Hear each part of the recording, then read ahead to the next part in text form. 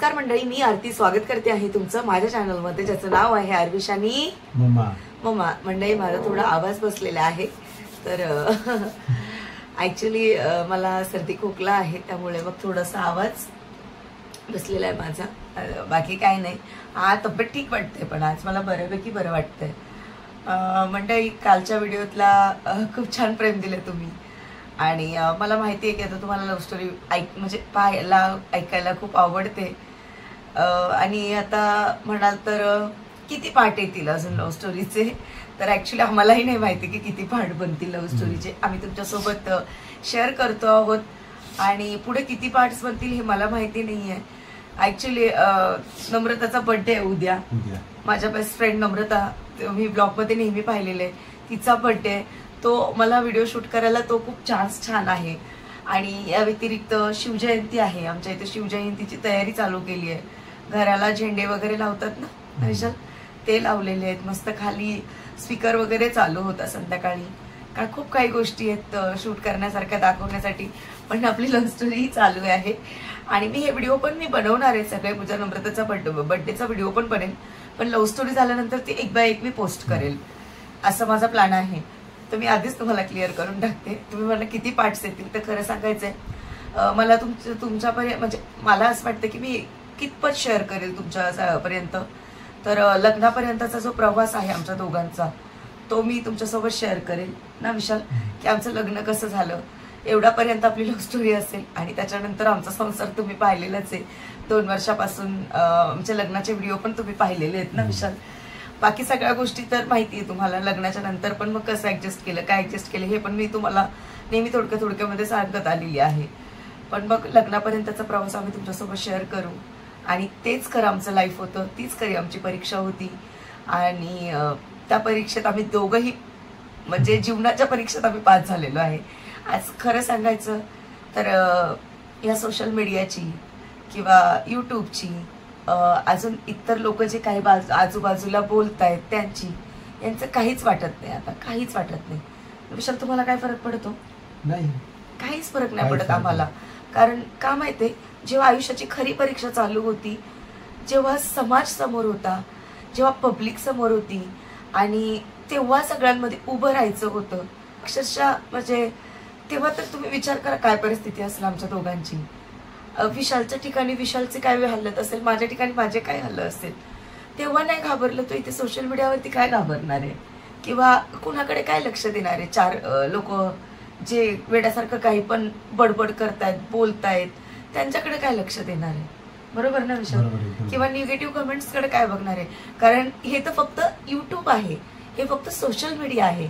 हा एक काही काळांपुरता मर्यादित प्लॅटफॉर्म आहे, जिकडनं आपलं इन्कम येत आहे. पण जी आयुष्य आहे, जे खरं लाईफ आहे, ते जगताना जर या सगळ्या गोष्टी आम्ही यशस्वीरित्या दोघांनी कोणत्याही प्रकारला कोणाला न घाबरता, कोणासमोर न झुकता, किंवा म्हणजे बोलतात ना, जे आपण खरे आहोत आणि आमचं प्रेम आहे व्यवस्थित, किंवा आम्हाला जे साध्य करायचं होतं ते आम्ही केलेलं आहे, तर मग ह्या सगळ्या गोष्टींचं तर म्हणजे आमच्यासाठी काहीच महत्व नाही, त्या गोष्टींचं काहीच नाही.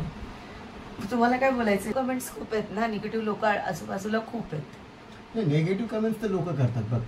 चांगले लोक चांगलेच कमेंट करतील, वाईट लोक वाईट लोक वाईटच कमेंट करतील. आपण मला असं वाटतं या सोशल मीडियाच्या मर्यादित जे आपण आयुष्य काढलेलं आहे, जगलोय, तिथे नाही आपण डगमगलो, तर या प्लॅटफॉर्मवरती तर आम्ही डगमगणारच नाही. आणि कोणी कितीही काहीही बोला, काहीही फरक नाही पडणार आहे. तुम्हाला बिस्किट भेटतंय तेवढं बिस्किट खा आणि शांत बसा, बरोबर की नाही विशाल? तुम्हाला जेवढं बिस्किट भेटतंय तेवढं बिस्किट खा आणि शांत बसा. 1 दिवस अर्धा तास फक्त ती तुम्हाला सवय झालेली आहे भुंकायची, ते तुम्ही करा, आणि बिस्किट भेटेल 1 महिन्याचं 2 महिन्याचं, है ना विशाल? आणि मग शांत बसा. 1 महिन्यात तुमचं बिस्किट तुम्हाला भेटून जातं भुंकण्याचं, ते तुम्ही करत राहा योग्य पद्धतीने. चला, या व्यतिरिक्त जास्त काही बोलणार नाही. ऍक्च्युली मी जर बोलायला लागली ना, पण मला म्हणजे खूप बोलू शकते, मी खूप बोलू शकते. विशालला माहिती आहे कशी मी जेवढं चांगल्याला तेवढी चांगली आहे, पण वाईटाला खूप वाईट पण आहे. पण मला एकच आहे की जे माझ्या समोर नाही आहे त्यावरती मी बोलत नाही, त्यावरती मी विश्वास ठेवत नाही, किंवा माझ्या म्हणजे लेवलचीच नाही आहे ती गोष्ट. बरोबर आहे ना विषय? अस्तित्वच नाही तिचं माझ्या नजरेमध्ये. ते भंगारून काय असतं ना विषय, त्याला शब्दच नाही आहेत काही, ते माझ्या नजरेत. त्यामुळे मी लक्ष देत नाहीये. आणि लव्ह स्टोरी तर थांबणार नाही, आपले ब्लॉग्स तर काही थांबणार नाही. आणि अजून काय निगेटिव्ह लोकांना बोला, तुमचं काम आहे. 1 महिन्यात तिला बिस्किट भेटेल आणि यांना काय भेटेल ते माहिती नाही. जे कमेंट सेक्शन करणार आहेत ते, तिला बिस्किट भेटेल आणि दुसऱ्यांना काय भेटेल ते माहिती नाहीये. ठीक झालं. तर लव्ह स्टोरीची सुरुवात करते. तसं तुम्हाला माहिती आहे की आम्ही बावली डॅमला फिरायला गेलो, किंवा आम्हाला थोड्याशा गप्पा मारायच्या होत्या म्हणून आम्ही गेलो.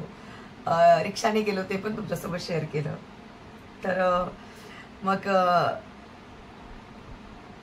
मी रिक्षामध्ये बसले, विशाल पण तिथे होते बाजूला. तर विशालनेच बोलायला सुरुवात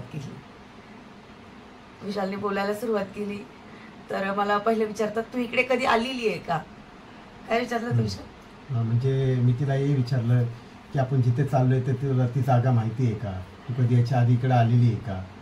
तर ती मला बोलली नाही, मी नव्हते आले. नाही. तिला म्हटलं की इथं बाहुली डॅमकडे चाललोय आपण, म्हणजे एक छान म्हणजे अशी जागा आहे, म्हणजे तिथं धरणं वगैरे असतात पाण्याचे, मस्त निवांत बसून खूप छान निसर्ग राहील. मग मी म्हटलं ठीक आहे चालेल, म्हटलं काही हरकत नाही. पण मला म्हणजे ना बोलू कसं किंवा बघू कसं डायरेक्ट असं होत होतं. आणि खरं सांगू, विशालनी ना बोलतात ना एक मन जिंकायचं काम केलं होतं. आणि ते पण कसं, फक्त एकतर त्यांनी आवाजावं घालण्यापासून सुरुवात केली, आणि जिथे असेल तिथे मागं राहणं, त्या विषयावरून. तर मग मी बोलायचे नको, मन नको तोडायला कुणाचं, कुणाला दुखवायला नको, असं माझा विचार. त्यामुळे मग मी भेटायला पण गेली, कारण मला समजावून सांगायचं होतं की बाबा नाही असं नाही, असं आहे. तर मला समजावून सांगायचं होतं. आणि यांच्या मनात काय चालू होतं ते पण मला जाणून घ्यायचं होतं, की यांच्या मनात नक्की काय चालू आहे ते, की हा मुलगा कोणत्या टाईपचा आहे ते पण मला जाणून घ्यायचं होतं. पण मग मी हिला विचारलं की काय मनामध्ये काय भीती वाटते का, तू माझ्यासोबत आली तर म्हणजे काय विचार करते असं, म्हणजे मला लवकर होकार कसा दिला की तू येण्यासाठी माझ्यासोबत, की माझ्यावर काय भरोसा ठेवून तू आली आहे. की अजून तिला बोललो की आपण जिथे चाललो आहे की एकटेच आहे आपण, म्हणजे तिथं कोणी बघण्यासाठी, म्हणजे फॅमिली म्हणजे आपली जे आई ओळखीचे लोक नसतील तिकडे, म्हणजे आपण एकमेकांशी चांगलं स्पष्ट बोलू शकतो, जे काय आपल्या मनात आहे ते एकमेकांच्या सोबत मांडू शकतो आपण. तर तिला विचारलं मी. नंतर आम्ही गेलो, तिथे पोहोचलो, आम्ही रिक्षा थांबली, नंतर आम्ही बसलो एका जागी. त्याच्यानंतर तिला विचारलं की मला तुझ्याशी बोलायचं याच्याबद्दल, विषयाबद्दल, की बघ माझ्या मनात तुझ्याबद्दल खूप प्रेम आहे आणि म्हणून मी तुझ्याकडे पाहतो आणि मला तुझ्याशी लग्न करायचं आहे. ही तुझ्या गोष्ट तिच्यासमोर मी मांडली आणि नंतर तिने मला उत्तर दिलं. तुम्ही तिचं आई बघू शकता ती काय बोलते. मी डायरेक्ट, मला हात रडायला येतंय, खरं तर माझ्या डोळ्यात पाणी येतंय. तो क्षण आठवल्यावरती ते मला डायरेक्ट बोलतात मला लग्न करायचं आहे तुझ्याशी. मी काय बोलू, मला काहीच समजत नव्हतं. काय बोलू याला, मी काय बोलू. मग मला एक म्हणजे विचार करायची माझी क्षमताच तिथे नव्हती काही. मग मी म्हटलं की मी का, मुली नाहीत जगामध्ये दुसऱ्या. मी हा पहिला प्रश्न तोच केला होता ना, मुली नाहीत जगामध्ये दुसऱ्या, मीच का. तर मग याचं उत्तर त्यांनी तेच सांगतील, त्यांनी काय दिलं होतं की मीच का. तर मी त्यावेळेस तिला मी उत्तर दिलं, बघ मुली तर भरपूर आहे, मुली तर मला भरपूर भेटेल, पण आपण ज्या व्यक्तीवर आपण प्रेम करतो ते एकदाच प्रेम होतं, बरोबर. आपल्याला जी व्यक्ती आवडते त्याच्याबद्दल आपल्याला काहीतरी कळतं की स्वभाव कसा आहे आणि जे तिचं आपल्याबद्दल रिस्पेक्ट आहे, तर ते आपल्याला ती व्यक्ती आवडते, बरोबर. आणि मग माझ्या मनात तिच्याबद्दल ते सगळं रिस्पेक्ट वगैरे निर्माण झालं की तिचा स्वभाव पाहिला मी, तर मला ती आवडली. आणि मला घेऊन सोबत चालणं, जे काय सर्वांना म्हणजे मदत करणं, सर्वांना रिस्पेक्ट करणं, ते मी तिच्यामध्ये पाहिलं होतं. तुम्ही पण पाहिलं असाल की सर्वांना सोबत घेऊन चालणं हिचं म्हणजे एक स्वभाव तुम्ही पण पाहिला असेल, म्हणजे हसून खेळून. जे काय असं म्हणजे की आपले म्हणजे बोलणं म्हणजे जे आपलं जे करणं ते तुम्हाला पण माहिती आहे, तुमच्या समोर सर्व गोष्टी ते तुम्ही सर्व हिला पाहतात. त्याच्यानंतर काय झालं होतं? तर हे मी त्यांना हा प्रश्न विचारला की मीच का म्हणून. तर त्यांनी मला असं आन्सर दिलं की जगात पोरी खूप आहेत, पण मला माहिती नाही, मला तुझ्याकडे मला तू म्हणजे मला माझ्या मनामध्ये तुझे विचार येतात की यार एवढी कसं सगळं हँडल करते, मी तुला बघतोय माझ्यासमोर सगळ्या गोष्टी करताना. असा त्यांचं म्हणजे ते मत होतं. की हिला मी सांगितलं की हे बघ, तुला काय वाटतं मी काय डायरेक्टली तुला इथे येऊन काय डायरेक्ट लग्नाची मागणी करतो म्हणजे काय तुला काय तुझ्याबद्दल का मला माहीत नाही का? मी सर्व काही विचारपूस केली आहे, तुझ्याबद्दल सर्व काही माहिती केली आहे, त्याच्यानंतरच आम्ही निर्णय घेतला आहे. बरोबर की नाही? मी सरप्राईज झाले की माझी पूर्ण माहिती यांनी जमा केलेली आहे म्हणून, की माझं पास्ट काय आहे किंवा माझं काय झालेलं आहे माझ्यासोबत, आणि सगळ्या गोष्टी म्हणजे ज्या गोष्टी मी यांना सांगणार होती ना त्या सगळ्यात त्या मला सांगायला सुरुवात केली. की माझं किती वर्षात लग्न झालेलं होतं, मी किती वर्ष तिकडे राहिले, माझ्यासोबत काय काय झालं, या सगळ्या गोष्टी यांनी मला सांगायला सुरुवात केली. मग मी म्हटलं तुम्हाला सगळं कसं काय माहिती? तर ते मला सरळ बोलले की तुला मी काय वेडा दिसतोय का? मी तुला डायरेक्ट लग्नाची मागणी घालतोय, मला तू आवडते आणि मी तुझ्या समोर बसलेलो आहे आता सध्या, तुला भेटायला बोलवतोय, तुझ्या मागे सतत राहतोय, म्हणजे तुला काय वाटतं मी तुझी काहीच चौकशी नसेल केली, तू काय करते, कशी आहेस, काय याच्याबद्दल मी विचारच नसेल केला का, असं मला हे बोलले.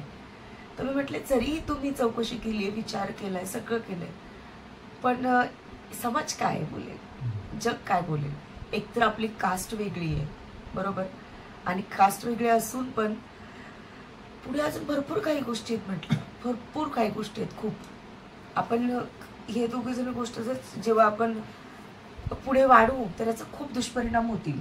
दुष्परिणाम हिला पण सांगितलं, हिने बोलली की दुष्परिणाम होतील, पण जेव्हा हिला बोलले की कास्ट वेगळी तेव्हा मी हिला बोलले बघ, प्रेमामध्ये कास्ट नाही बघत, ठीक आहे, एक दोन म्हणजे काय म्हणतात त्याला, दोघांचं एक म्हणजे एकत्र येणं, तिथे कास्ट नाही बघणार.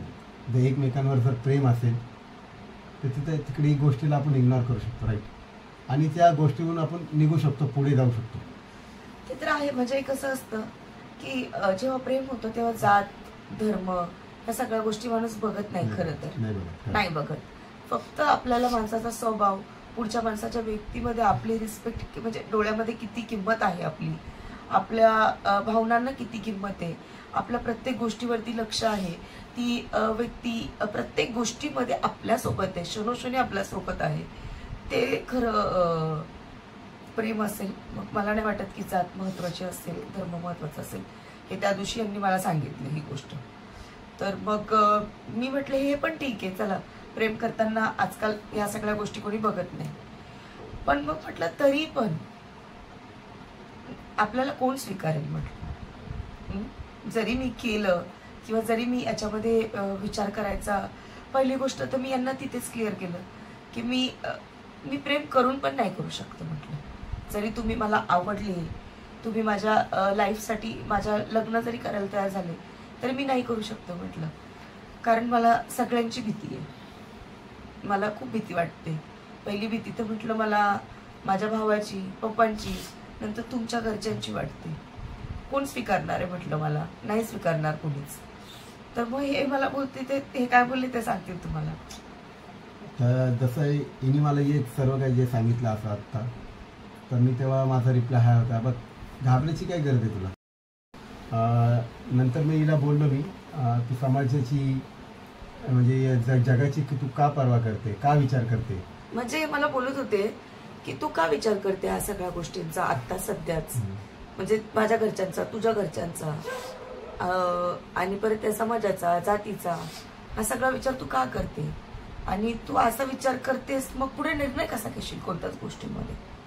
मी तिला तेच बोल, मग तू तुझ्या निर्णयावर ठाम राहा, आणि जे काही आपल्या दोघांनाच करायचं, ठीक आहे, तर आपण हा विचार करू, त्या सर्वांचा विचार करू, तर आपलं म्हणजे शक्य होणार नाही. हा मला हेच बोलले, आपण तू इथंच विचार थांबून करणं सोड, आपण इथंच थांबून जाऊ, हिला तू ये विचार बोलू. करणं सोड, फक्त मला एवढं बोलले, तू कुणाचाच विचार नको करू, तू फक्त मला हे सांग म्हणतात की तुझला लाईफ पार्टनर म्हणून मी चालेल का, डायरेक्ट बोलले ना विशाल.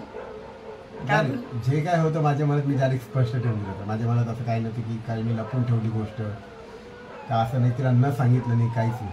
सर्व जे होतं तिच्या समोरच होतं माझं, तिला स्वतः तुम्ही विचारू शकता. तर मला बोलतात की तुला माझ्याबद्दल काय वाटतं.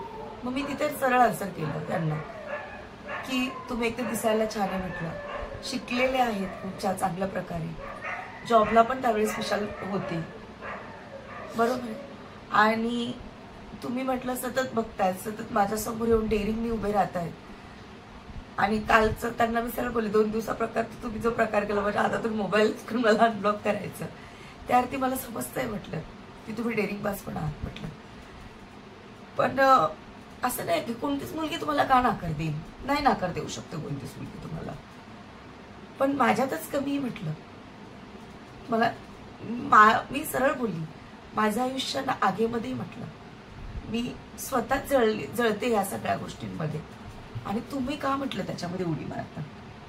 बरोबर विशाल, हेच बोलली होती. हे मला जसं तिने मला हे सांगितलं तर मग तिला मी बोललो, तू ही गोष्ट माझ्यासमोर एवढं काय बोलते, तर मग तुझ्या गोष्टीचा आत्ता नको विचार करू ना.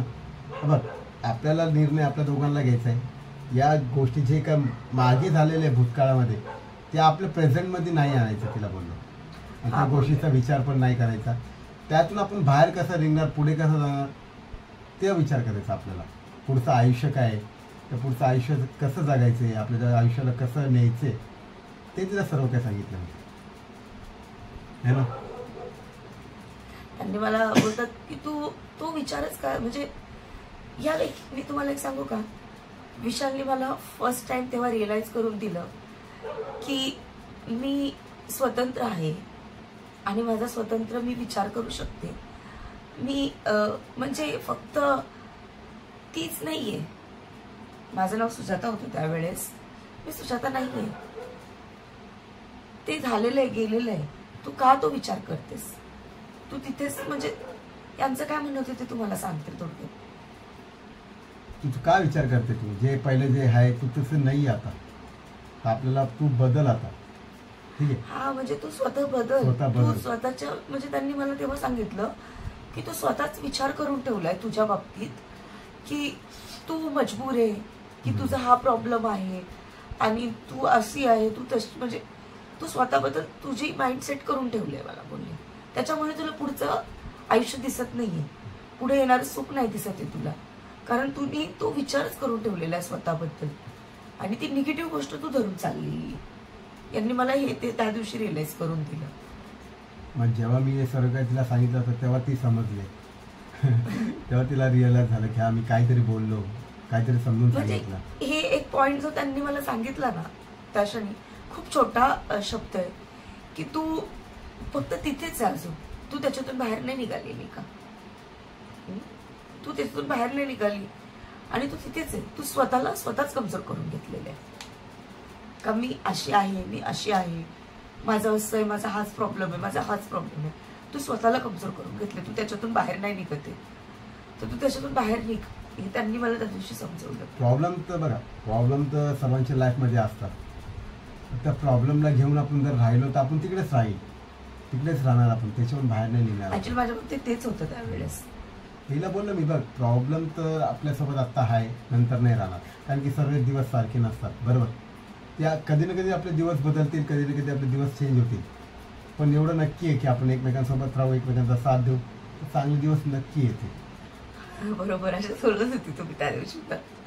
तर मग मला ते रिअलाइज झालं की ही गोष्ट खरी आहे, तुम्ही माझ्या स्वतःवरतीच बंधन टाकून घेतलंय म्हणून, आणि स्वतःच ठरवून ठेवलेलं आहे, स्वतःचं माइंडसेट करून ठेवलेलं आहे का माझं असं झालंय, माझं असं झालंय, माझं असं झालंय, मग पुढचं आयुष्य काय. मग ती गोष्ट मला थोडं विचार करायला भाग पाडली. म्हणजे तिथेच नाही, घरी आल्यानंतर पण मी कंटिन्यू त्याच गोष्टीचा विचार करत होती. आणि अजून मग तेवढं आमचं बोलणं झालं त्या दिवशी. मम्मी म्हटलं जाऊया का घरी, तर मला बोलतं थांब थोड्या वेळ, मी गप्पा मार, अजून बोलूया, काय आहे काय नाही. तर मग मी बोलले नाही, उशीर होतोय, घरी जायला हवंय. आणि मला असं वाटतं अर्धा तास थांबलो असेल, अर्धा तास थांबलो असेल फक्त, कारण घरी सांगितलेलं नव्हतं आणि भाऊनी जर मावशीला कॉल केला तर प्रॉब्लेम होऊन जाईल. तर मग मी काय म्हटलं, निघूया आपण. तर विशाल मला काय बोलले हे तुम्हाला विशाल आता सांगते. तसं आम्ही एकमेकांशी म्हणजे बोलताना अर्धा तास झाला होता की असं मला विचारत होतं की घरची वाट बघती असं की घरच्यांना काही सांगितलं नव्हतं. हा, मला भीती वाटत होती भाऊची. आता रीला बोललो की आता ठीक आहे, तू जसं घरी गेल म्हणजे आपण जसं घरी जाऊ ना, तुम्हाला ब्लॉक नको करू, माझ्या उत्तर म्हणजे माझी कॉलचा मेसेजचा रिप्लाय दे, उत्तर दे, आणि जे काय तुला काय वाटलं तर मला बिंदास सांग, ठीक आहे. आणि तिला हे पण सांगणार की मी 2 दिवसांनी जॉबला जाणार होतो, जे मी जॉबला कुठं होतो तिला काय सर्व काय सांगितलं होतं मी कुठं जाणार आहे. हो, त्यांनी मला त्यांचं म्हणजे लाईफ मला त्यांचं जे डेली असतं ते सगळं त्यांनी मला सांगितलं. ॲक्च्युली ते मी तुम्हाला सांगितलं ना की पहिल्यांदा ते मला बोलले की शेविंग केली, उद्या ऑफिसला जाणार आहे. आणि मला असं वाटतं तुम्ही एकच दिवस त्याच्यानंतर कामाला गेले ना हॉटेलला, नंतर परत घरी होते वाटतं. नाही, गेलो होतो. म्हणजे तेव्हा कसं होतं की कोविडचं हे थोडंसं चालूच होतं. चालू असताना म्हणजे कसं की कामावर म्हणजे लोकांना ब्रेक पण द्यायचे ते लोक. 15-20 दिवस काम करायचे, नंतर 15 दिवसाचा परत ब्रेक द्यायचे, असं काही गोष्टी चालू होत्या की 1 महिना गेलो का परत 15 दिवसाचा ब्रेक द्यायचे ते लोक. तसं तिला सांगितलं की असंच आहे. मला सकाळ सांगितलं की मी सकाळी 7:30ला कामाला निघून जाणार आणि मग त्याच्यानंतर मग घरी येणार मी आणि मी कॉल करेल तुला मध्ये मध्ये असं. तर अजून आणि मला तर एक बोलतात ना मी म्हटलं त्या क्षणी मला बोलतात नंबर तर तू ब्लॉक नाही करायचा, तुला आत्ताच सांगतोय नंबर ब्लॉक करू नको, माझा कॉल टाळू नको, मला आन्सर करावं लागेल तुला, हे तू लक्षात ठेव आणि ते करावंच लागेल तुला, असं मला बोलायला लागलं. मी म्हटलं यार काय करू, म्हटलं मी याचं काय करू मी याचं. त्याचं बोलणं तर मला पटतंय सगळ्या गोष्टी आणि मला तर नाकार द्यायचं आहे, मला समजावून सांगायचं आहे, पण मग नाही होते माझ्याकडनं ह्या गोष्टी, कारण तो जे समोरून बोलतोय त्याच्यानंतर माझं जे बोलणं ते काही व्यर्थच नाही, म्हणजे अर्थच नाही राहते माझ्या बोलण्याला असं. तर मी म्हटलं ठीक आहे चालेल, मी नाही कॉल कट करणार. आणि अजून मला एक शब्द ते बोलले, मला समजणार नाही तोपर्यंत आपले जे मनात जे डाऊट्स आहेत ते क्लिअर नाही होणार, बरोबर. म्हणजे तू माझ्याबद्दल जे काही निगेटिव्ह विचार करते किंवा माझ्याबद्दल काय विचार करत असेल ते तुझ्यापासून म्हणजे डोक्यात नाही राहणार, ते तुझ्या विचारामध्ये नाही राहणार माझ्याबद्दल. हा, हे मला त्यांनी तिथे बोललं, म्हणजे यांना हे पण माहिती आहे की मी यांच्याबद्दल काय विचार करत असेल हे पण त्यांना माहिती आहे. तर ते मला तिथे क्लिअर बोलले की तू फोन कॉल कट नको करू, तू माझ्या कॉन्टॅक्टमध्ये राहा, तू बोलत जा माझ्याशी आणि तू बोलल्यानंतरच तुझे सगळे काही माझ्याबद्दलचे काही जे विचार असतील ते मला समजतील आणि मग मला समजेल आणि तुला पण मी समजेल की माझा मेन हेतू काय आहे किंवा तुझ्या मनात माझी काय जागा आहे हे आपल्याला समजेल आणि त्याच्यानंतर आपल्याला आपलं नातं पुढे वाढवण्यासाठी म्हणजे मदत होईल. या गोष्टी म्हणजे घट्ट नातं होत जाईल आपलं, असं ते मला तिथे बोलले. मला ते पण पटलं की मी जर खरं त्याच्याशी बोलले तर मला आज ना उद्या याचा स्वभाव समजूनच येईल की नेमकं याच्या मनात काय आहे. तर मला या गोष्टी सगळ्या क्लिअरच होतील ना. आणि एका लेडीजला एक पुरुषला ओळखायला वेळ नाही लागत कधीच.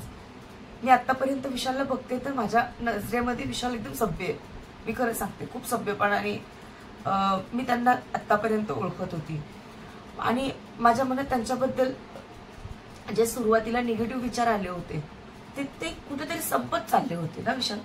म्हणून तर मी त्यांना भेटायला तयार झाली आणि त्यांनी माझा नंबर जेव्हा अनब्लॉक केला तेव्हा मी तोडून नाही बोलले किंवा भांडून नाही बोलले, असं काही मी केलं नाही. कारण ते दिसत होतं मला समोर, त्याच्यामुळे. मग असंच मग आम्ही निघालो घरी. मग मी घरी आले, पण हो घरी आले मी आणि मग घरी आल्यानंतर काय नाही मग स्वयंपाक वगैरे केला. मग ते पण बाहेर बसलेले होते, मला मेसेज करतात कसली भाजी बनवते. रोज मला ते बाहेर बसायचे, भाजीचा सुगंध गेला की मला रोज मेसेज यायचा, आरती खूप छान भाजी केली आहे तू ना. सुगंध भाजीचा तर सुगंध म्हणजे एवढ्या जवळ असून म्हणजे सुगंध तर येणार भाजीचा किचनमधनं. तर विचारायचं मी काय भाजी करते, काय बनवते, हे तर आमचं चालूच असेल. आणि पण हा एक गोष्ट झाली, त्याच्यानंतर मग विशालनी मी जिथे आहे तिथे येणं सोडून दिलं. ते एक गोष्ट झाली.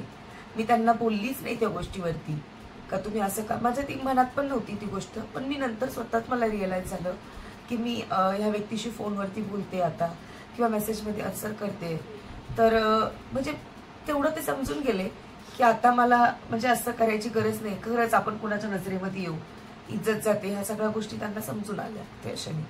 ते पण एक माझं मनामध्ये जागा निर्माण झाली की बाबा आता म्हणजे मी जिथे आहे तिथे मागे येत नाही किंवा मी जिकडे जाईल तिकडे मागे येत नाही. म्हणून जे काय त्यांना जर म्हणजे असं वाटलं ना की आता इथे नाहीये, कुठे घरात नसेल कुठे, तर मग ते मला मेसेज टाकायचे तू कुठे आहेस म्हणून, काय करते. आणि मग डिसंट एक प्रकार असतं ना की चॅटिंग, एक मर्यादित चॅटिंग असते, तशी चॅटिंग आपली चालू होती त्यावेळेस. मग काय नाही असंच दिवस होते चालू. मग माझ्या तर मग त्या सगळ्या गोष्टी. आणि मग माझ्या मी भावाला मुलगी बघायला गेली. मी यांना सांगितलं की मी मुलगी बघायला चालले म्हणून. आणि मुलगी बघायला चालले, मग इकडे आम्ही मुंबईला मुलगी म्हणजे वहिनीला नाही बघायला गेलो होतो, बहिणीच्या आधी एक मुलगी पाहिली होती, मुंबईची होती, इथेच मुलुंडचीच होती, ठाणे मुलुंडची, तिकडे आम्ही आलो होतो. तर मग ती मुलगी बघायला आली मी, तर मग मी नम्रताकडे थांबून घेतलं ना. विषय आठवतोय तुम्हाला? मी भाऊला सांगितलं की मला 2 दिवस माझ्या मैत्रिणीसोबत बोलायचंय आणि मला खूप आठवण येते. नम्रता प्रेग्नेंट होती त्यावेळेस, मला खूप आठवण येते तिची, मला 2 दिवस का होईना मला माझ्या मैत्रिणीकडे जाऊ दे म्हणून. भाऊ बोलला ठीक आहे चालेल, मी तुला सोडतो, तू जाऊन ये, भेटून ये तुझ्या मैत्रिणीला, पण लवकर ये घरी. मग मी 1 दिवसासाठी का 2 दिवसासाठी नम्रताकडे गेले होते. 2 दिवस होते मी नम्रताकडे. विशालला सांगितलं होतं मी आधीच की मी जाणार आहे म्हणून मैत्रिणीकडे. विशालला कोणती मैत्रीण ते माहिती नव्हतं. विशाल बोलतो तिचा पण कॉन्टॅक्ट नंबर मला हवा आहे, तू कुठे जाणार आहे, काय जाणार आहे. तर मग मी तेव्हा सगळं सांगितलं विशालला की माझी बेस्ट फ्रेंड आहे, एवढ्या वर्षापासून आमची मैत्री आहे, नम्रताने माझ्यासाठी काही गोष्टी केलेल्या आहेत आयुष्यामध्ये, त्या सगळ्या मी विशालसोबत शेअर केला. तर मग विशाल बोलले ठीक आहे चालेल, तू जा मग, पण लवकर ये. आणि विशाल तेव्हा कामाला जायचे असं. तर मग मी नम्रताकडे गेले, नमूला भेटले आणि नमूला सांगितलं सगळ्या गोष्टी की नम्रता मी अशा मुलाच्या कॉन्टॅक्टमध्ये आहे, तो बोलतोय माझ्याशी, डायरेक्ट लग्नाची मागणी घालतोय. आणि मग मला समजत नाहीये की मी काय करू. पण नम्रताने मला खूप म्हणजे नम्रताचं माझं 1 रात्र आम्ही या विषयावरती बोलत होतो दोघीजणी. तर मला नम्रता बोलली कसा विश्वास ठेवायचा आता आपण त्याच्यावरती. तर म्हटलं अरे डायरेक्ट लग्नाचंच बोलतोय. तर मग ते जरी लग्नाचं बोलतोय तरी त्याच्या घरचे तयार होतील का लग्नासाठी. तर मी म्हटलं अरे मला नाही माहिती, म्हटलं काहीच समजत नाही काय चालू आहे. मी चॅटिंग करते, मी बोलते, त्याला समजून घेण्याचा प्रयत्न करते, पण मला माहिती नाही काय आहे हे, किंवा मला हे पण भीती पण वाटते सगळ्या गोष्टींची. तर मग नम्रता बोलली की मला पण भीती वाटते, तुलाच का, कारण कुणावरती विश्वास नाही ठेवू शकतो ना विशाल. नम्रता बोलली कुणावरतीच विश्वास नाही ठेवू शकता आपण, कोण कधी बदलेल, कोण कसं धोका देईल आपल्याला सांगता येत नाही. मग नम्रता मला बोलली त्याला कुठेच भेटायला जायचं नाही, त्याला कुठेच भेटायला जायचं नाही. तर मी म्हटलं नाही भेटणार ग मी त्याला, आणि तो त्याचे काय असं माझ्याकडनं अपेक्षा पण नाही की मी त्याला इथे भेटायला येऊ का तिथे भेटायला येऊ, किंवा असं तुम्हाला कधी बोलतच नाही, फक्त तुम्हाला एकदाच भेटला म्हटलं. आणि बाकी मग कधी आमची भेट पण नाही ना विशाल, कधीच नाही. तर मग नम्रता मला बोलली की बघू म्हणे अजून थोडा टाइम देऊ आपण त्याला, बघू आता पहिले त्याला आपण ओळखू कसं आहे काय आहे, आणि त्याच्यानंतर अजून बघू म्हणे पुढे काय होतंय. पण नम्रताने मला एक गोष्ट तेव्हा सांगितली की तू सगळं तुझ्या नशिबावरती सोडून दे, जे नशीब असेल ते असेल, तू बोलत राहा त्याच्याशी. आज म्हणालतोय तू बोलत राहा त्याच्याशी, चॅटिंग करत राहा, तू त्याला समजून घेण्याचा पुरेपूर प्रयत्न कर, आणि ओळख त्याला कसं आहे काय आहे, कसा आहे तो मुलगा. काही गोष्टी तिने मला खूप डीपली समजवल्या त्यावेळेस. आणि मग ओळखल्यानंतर मग काही हरकत नाही म्हणे, पुढे जाऊन नशिबात जे असेल ते सगळं असेल, सगळं नशिबावरती सोडून दे, जे होईल ते होईल. पण तुला बोलायचं तर बोल, पण आम्हाला असं गॅरंटी नव्हती वाटत की विशाल लग्न करेल म्हणून, नव्हतंच वाटत, विश्वासच नव्हता होत. मग मी म्हटलं अरे पण काय करायचं. म्हटलं अमृता बोलली हो दे भाऊचं लग्न झाल्यानंतर फायनल काही निर्णय असेल तो आपण घेऊ. तर मग तेच मग माझ्या भावाचं लग्न होतं. म्हणजे भाऊसाठी मी मुलगी बघत होते. मग इकडची मुंबईची मुलगी तर आम्हाला काय म्हणजे भाऊला आम्हाला पसंत नाही झाली. मग माझ्या वहिनीला पाहिलं, मी वहिनीचा फोटो वगैरे पाहिला. मला आजही माझ्या वहिनीचं, माझी वहिनी माझी चॉईस आहे. मला त्या गोष्टीचा खूप अभिमान आहे की माझी वहिनी माझी चॉईस आहे आणि आमचं घर वगैरे खरंच माझी वहिनी खूप ग्रेट आहे, खूप छान आहे माझी वहिनी. त्यामुळे मला स्वतःवरती एक बोलतात ना प्रशांत की मी माझ्या भावाचं मस्त म्हणजे संसार त्याचा एकदम छान मुलीसोबत करून दिलेला आहे. असं मला त्या बाबतीचा खूप अभिमान आहे माझ्या स्वतःवरती की माझी बहिणी माझी चॉईस आहे म्हणून. मग माझ्या बहिणीला मी पाहायला गेले, माझी बहिणी मला आवडली, भाऊला पण आवडली, पप्पांना पण आवडली. मग मी विशालला आल्या लगेच मेसेज केला ना विशाल की मला मुलगी खूप आवडली विशाल, माझ्या भावासाठी खूप सुंदर आहे दिसायला. मी सगळं सांगत होती अशी आहे तशी, बहिणीचं घर असं आहे तसं आहे. तर हे मला बोलतात तू किती खुश होतेस ना. तर मी म्हटलं मी खूप खुश आहे या गोष्टीसाठी, खूप खुश आहे ना. तर मला तेवढंच म्हणतात आता तुझ्या भावाचं लग्न झालं ना मग आपल्याला काहीतरी करायला पुढे तुझ्या ह्या जबाबदारीतून मोकळी हो, नंतर मग आपण आपलं डिसिजन घेऊ काय करायचंय ते. परत मी टेन्शनमध्ये यार याला मी जेवढं ओळखायचा प्रयत्न करते, जेवढं बोलायचा प्रयत्न करते, हा मला सगळे पॉझिटिव्हच हे देतोय, याचं एक पण मला निगेटिव्ह हे भेटत नाही विशालबद्दल. तर म्हटलं ठीक आहे चालेल. आणि मग म्हटलं बघू. आणि माझं अजून एक गोष्ट होती की याने जरी कितीही मला हे करायचा प्रयत्न केला की नाही नाही नाही, ज्या दिवशी हा लग्नाची हे टाकेल, बोलणी करेल किंवा घरी सांगेल, त्या दिवशी सगळं बंद होऊन जाणार. हे चॅटिंग, हे कॉल आणि त्याच्यानंतर हे सगळं बंद होणार. मला असं माझ्या मनातून वाटायचं. मी तुम्हाला बोलली पण होती ही गोष्ट की नाही होणार पुढे जाऊन, पण असं माझं पूर्ण हे होता.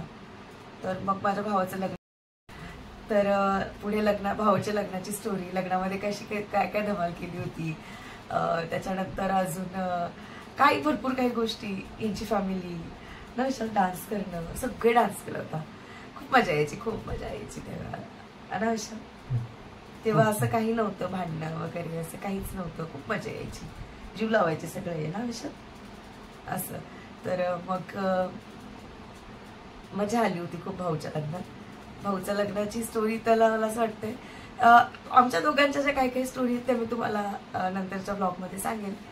तर ठीक आहे, व्हिडिओ इकडेच एंड करूया आता. तर जर का तुम्हाला व्हिडिओ आवडला असेल तर व्हिडिओला लाईक करा, शेअर करा आणि सबस्क्राईब करायला अजिबात विसरू नका. बाय.